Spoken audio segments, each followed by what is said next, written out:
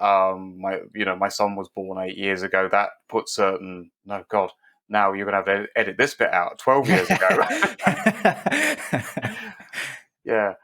Imposter syndrome as a father, right? I don't know how old my son is. yeah, yeah. Well, at least we can prove you're human. Yeah, for sure. For sure. Thank God this isn't live, yeah. Hello and welcome to the show. This is Ahead in Tech, helping you get ahead in tech. I'm Sanj, and today I'm here with James Freeman. James is a technical solutions architect with 2 decades in the industry. We're going to be talking about his career and his latest work as an author writing about Ansible. Take me then from after uni, how you get your first job in tech, and briefly up to now. So I joined a graduate scheme straight out of university. So that they do this thing in the UK that I think they call it the milk round. I'm a bit out of touch now. I can't believe it was 20 years ago. But basically, the big recruiters come around to the universities and they come looking for talent, and you go through all these workshops and assessment centres. So I joined them. I went on like a 48-hour full weekend, I think it was, assessment centre. And that was basically how I bagged my first job in tech. I worked for 3Com in the early days, who are a company. They were a big name 20 years ago. They don't exist anymore. But that was the first job.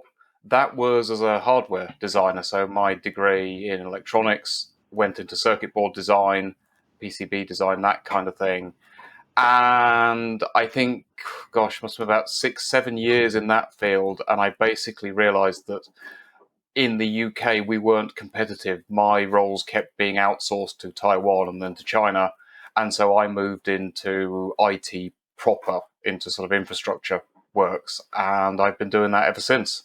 So I was having a look at your I was having a look at your LinkedIn. I was having a look at, all of your sort of career moves, and, they're all really, really sort of quite interesting. And particularly at 3Com, you had quite a quick promotion up to a sort of very senior lead kind of role. Then this Mm. is back in the day and at, a really big company. So talk me through how that happens and what that was like. I think, I mean, to me, it was like it was like these people, like watching Forrest Gump, right? When he's in the army, and he just does everything they tell him to, and he gets promoted and succeeds because of that. To me, it was just a matter of, I'm sure it wasn't as trivial as this, but as I look back on it, I showed up every day. I did everything they told me to. When something went wrong, I learned. I produce really good standards of documentation. And that's not my favorite task in the world, but I do documentation. There was for sure innovation as well. I don't think you can survive in a tech job without innovation. And I was there at a time when 3Com was transitioning very much from very simple layer to, God, I mean, switches. I was going to say we were producing hubs back then. We don't even have hubs anymore in the Yeah, networking space. yeah. And we were starting to look at firewalls and layer 3, layer 4 devices. And so no one had ever tested them at 3Com before at the time. And so one of the things I've always been very big on throughout my career is I learned a new word the other day. I think they call it, and if I mispronounce this in public on a podcast, then cool. We'll learn something new. Autodidactic learning, I think it's called. Okay. And it's the process of sort of self-supported learning. It's identifying what you need to go and find out, and then going and finding it out for yourself, rather than have someone else send you on a course, or you have to sort of figure it out. Um, you know, you literally go, okay, here's the need, I'm going to fill that. Let me ask you this, because I've known you for a long time, and you've Mm. always come across as, well, you have been a very intelligent and very capable person, and I know some of your recent career. Do you get imposter syndrome? Not in my career, no. It happens to me in other areas of life, but in career, no.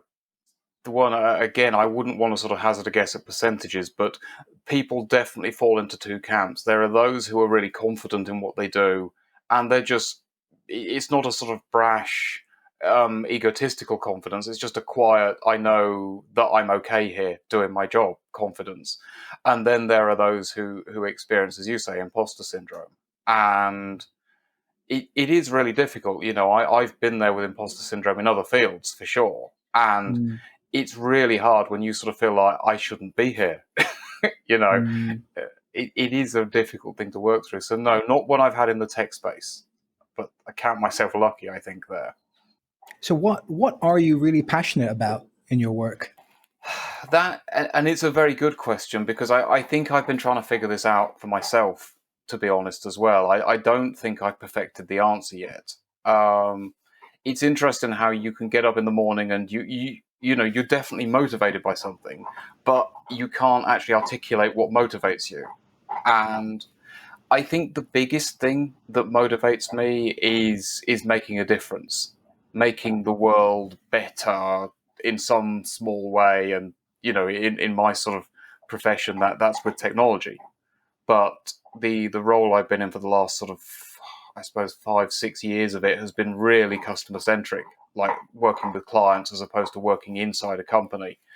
And I think that that's motivated me hugely, because I get to turn up and make a difference to other businesses, to other people, to help empower them with things. And that's a nice feeling to sort of end the day, to end the week with, when you know you've made a difference somewhere. On that note, I think that's a great segue into my next question, which is you have a really interesting hobby, which is being an empowerment coach.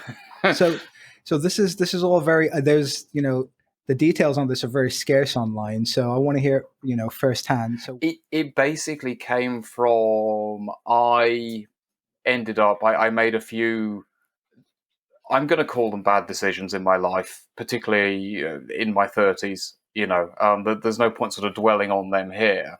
But I had grown up in an environment, and then sort of carried forward into an adulthood, a sort of premise of everything was everyone else's fault, just blaming every time anything went wrong.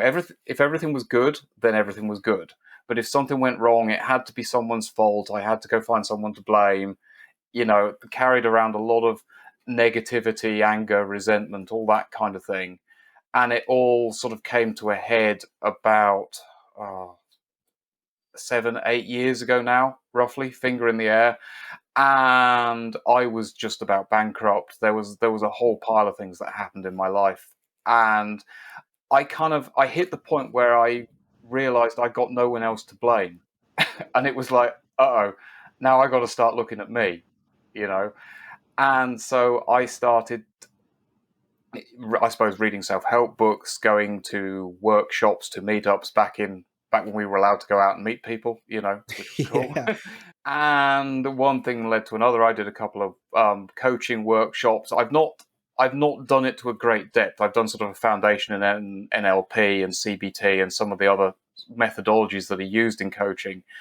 And it was responsible for turning my life around. And I mean, it's a very humbling process. It's something where I didn't just sort of snap my fingers and everything was better. It's like I still wake up, even this week, I've learned things about me that are like, oh, I've been carrying that around for like 30, 40 years.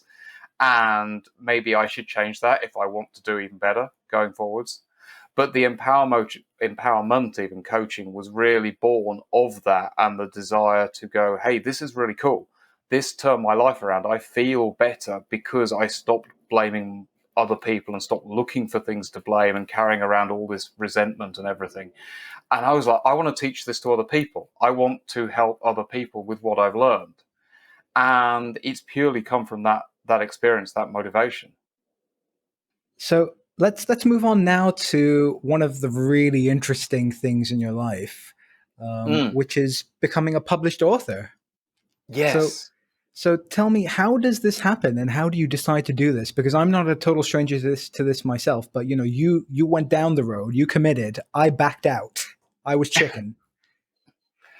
So how does it happen? I don't quite know. I had the idea of writing a book, and it was going to be a self-help book. And this was so few years ago when I first started the whole empowerment coaching kind of road. And that half-written manuscript is probably still on my laptop somewhere. I never finished it. I never went down the process of looking for a publisher or anything like that. Then so I think the idea was sown in my head. I want to write a book. I just didn't sort of set specifically what I was going to do it in. And then, as fate would have it, I came across Ansible as an automation technology. My boss back in 2017 dragged me to Ansible Fest in London, and I had no idea what I was going to or what it was. Just showed up, thought it was really cool. Um, got behind it more over the next year. Pitched my own talk for Ansible Fest in Austin in 2018, and was selected, which was really cool. So I went out to Austin and spoke on stage there. And it was immediately after that, it was literally like a couple of weeks after I got back from that I got contacted on LinkedIn by a publisher who said, "Hey, we'd like you to write a book on Ansible." Now, whether they were at Ansible Fest, I've never actually asked. I know that I spoke to a couple of other published authors there, so whether they recommended me or whether someone from the publishing house was there sort of scouting, i.e., I've never sort of done the detective work and bottomed this out. But in essence, I suppose, just making an effort to put myself out there, to show up, to participate. And it's kind of the dream story, right? To get picked up as opposed to have to go touting round publishers, but actually someone coming to you going, "Hey, Mm. will you write something for us?" Yeah. But is it really a dream or is it a nightmare? Because I mean, it must have been a heck of a lot of work. Oh, yeah. I mean, if you talk to my other half, she'll tell you about the complaining and the the long hours and everything that I did during the process. Yeah, it's definitely a double-edged sword, and particularly doing it on top of parenthood, on top of Mm, a full-time job. yeah. I didn't write the books as part of the job, so really it was like, yeah, okay, this is a big effort for sure. Yeah. And I think the flip side of it is I've learned to better manage my time. I've learned ways to sort of optimize what I do, and I get more out of my days now because of the experience. So I think it's Mm, like anything. If you embrace the experience and push through it, then there is the proverbial pot of gold on the other side. But yeah, for sure, the first book was particularly hard. There's no two ways about that. and then after the first one, what happens? It gets published. It gets out there. Then what are you thinking? Do you get some form of postpartum depression? How long then? What happens with your life? And then what happens with the next book? How does that come along? So, the first book goes out, and I think the big awakening, the big realization for me was that these things only sell themselves to a certain degree. So, the if you've written a book on, say, Ansible, which I did, then obviously that's a search term. People will go to Amazon, for example, and put Ansible in the search box, and so your book kind of comes up somewhere in the listings. But outside of that, you are responsible for your own marketing, so your own sort of promotion of the book, that kind of thing. The publishing house doesn't do a lot of that for you. That was sort of a big learning. I think that happens to the Stephen Kings and the Lee Childs and the New York Times best-selling authors, but even they generate their own publicity. But Mm, I think that's been the big learning for me. And I am no expert at social media. I'm, quite open about that. So mhm, mhm. I, yeah, I think postpartum depression, not really, but I think understanding that there is a process post publication and that is actually these things don't sell as well as you might think they do. You are competing with all the free resources that are on the internet, and it's a different world out there. So it's am I still doing it? Yeah, for sure. I've just agreed to write a fourth book, Oh but my God, James, glutton for James, take it punishment. easy. Yeah, I know, I know. Yeah. And do you have your books there? Do you want to tell me what they're called, what they're I about, where we can get them? the first one is which way that's going to come out on the camera, but Hmm. That should Mastering come out the right Ansible. way. Yep, cool. Yeah. So this is the third edition of Mastering Ansible. It was first written by a guy called Jesse Keating, And then, so he wrote the first two editions. I updated it for the third edition. And there is a fourth edition of this coming out this year, updated again. So that's my new project just getting underway right now. Awesome. Then we have the second book, which is the title is not as catchy, but Hands-on Enterprise Automation on Linux. Wow, So this is sexy. what, yeah, absolutely right. So this is one with only me on the cover, and this is one where the publishing house came to me and said, we had this idea for a book a couple of years ago. We couldn't find anyone to write it. Will you write it for us? And I said, yes, but it's going to be about Ansible. And they were like, fine. So, and it is that for me, that's the one book with just my name on the cover at the moment. And that's the one that is probably my crowning achievement, even if the sales numbers at the moment don't belie it, because I took everything I learned from being a consultant in the field and talking to people, learning what their pain points were, and I kind of distilled all the best practice I'd learned down into that book. So for me, that was a labor of love, if you want to call it that. Mm-hmm. And then the third book is this one with Practical Ansible. So this has the three people's names on the cover. So I co-authored this with two other people. And so all three books are they're all about automation and Ansible. The first one is the Mastering series by Packet. They're all the in-depth dives down into, I really want to get behind the scenes of this and tinker with the code. The hands-on book is very much a process-driven approach for businesses. And the Practical Ansible book, that is all about keeping it simple. I just want to get up, get running with this rapidly. I don't need to know how to write my own extensions and my own plugins, but what I do want to do is make effective automation plays very quickly. Awesome. And I suppose people can pick those up wherever they can pick up other tech books.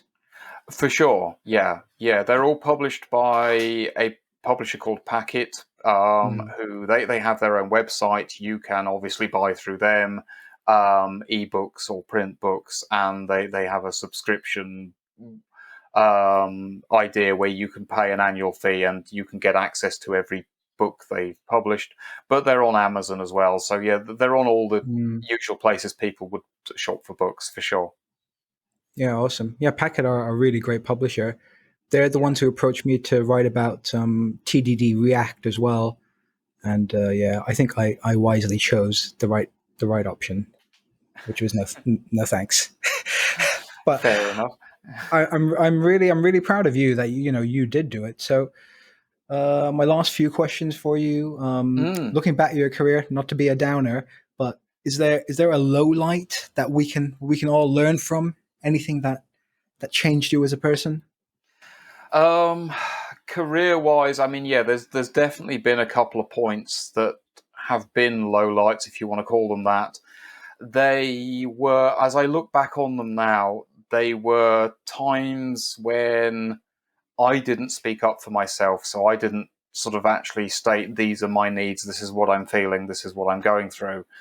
And I believe, you do get clashes of personalities, and they take a lot to sort of recognize and to work through. And I know that the lowlights were times when I, by my own admission, I didn't handle them constructively. I look back on them now and I could have handled them better for sure. And then to end on a good note, what's your most memorable highlight of your career? Oh, God, Maybe publishing your first book? yeah, it's somewhere between publishing the first book and being out on stage in Austin, in Ansible Fest in 2018, because I went from I hate public speaking, I freeze up, to that was one of these sort of challenge moments where I was like, no, I am going to master this.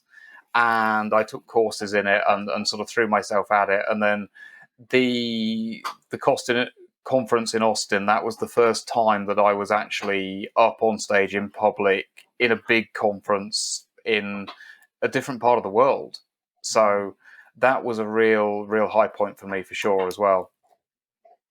That's brilliant. Yeah, well done. I mean, that must have been an amazing feeling. Okay. Scary as well, but yeah, for Yeah, sure. yeah, I'm sure. But hey, what an achievement, what a feeling, right? And now to finally end on an even better note, do you have a joke of the show for me? Uh, I think that's best answered with a story, Okay. a story about a joke. Okay, go on. So I flew out to Austin and at the back of economy class, as you do these days, and Mhm. um, I wrote the presentation more or less on the plane. I knew what I was going to talk about. I got all the data, but I pretty much wrote it on the plane on the way out because life had been pretty hectic on the run up to the conference. And I found this really interesting article in the FT that I was going to reference at the conference. And so I decided I was going to turn this into a joke at the beginning of my presentation. And so I cracked this joke standing up in like the first 30 seconds, minute of my presentation in Austin about finding this article in the FT and going and settling in my first class seat on the plane and then being told by the stewardess to get back in my economy class seat. And I thought I was funny, right? And there's just, if a tumbleweed could have rolled through the audience there, it would have done. And I suppose, Oh the fact it was dear. Texas, it was disappointing that it didn't happen, right? But Yeah. Oh that dear. was my moment where I died on stage for sure. And then it was like, oh, no one's laughing. Oh wow. And then, but you recovered from that, I hope. I did. I mean, in all honesty, I had a moment there, and it was in my head. It was like, you have two choices, James. You either keep speaking or you get off the stage. And it's like, okay, I Yeah. don't like the get off the stage option, so we'll keep speaking. And that's all, folks. If you're looking for any further info or have any questions, comments, or feedback, head over to aheadintech.com. This has been Ahead in Tech, helping you get ahead in tech. Thanks a lot for tuning in, and remember to subscribe.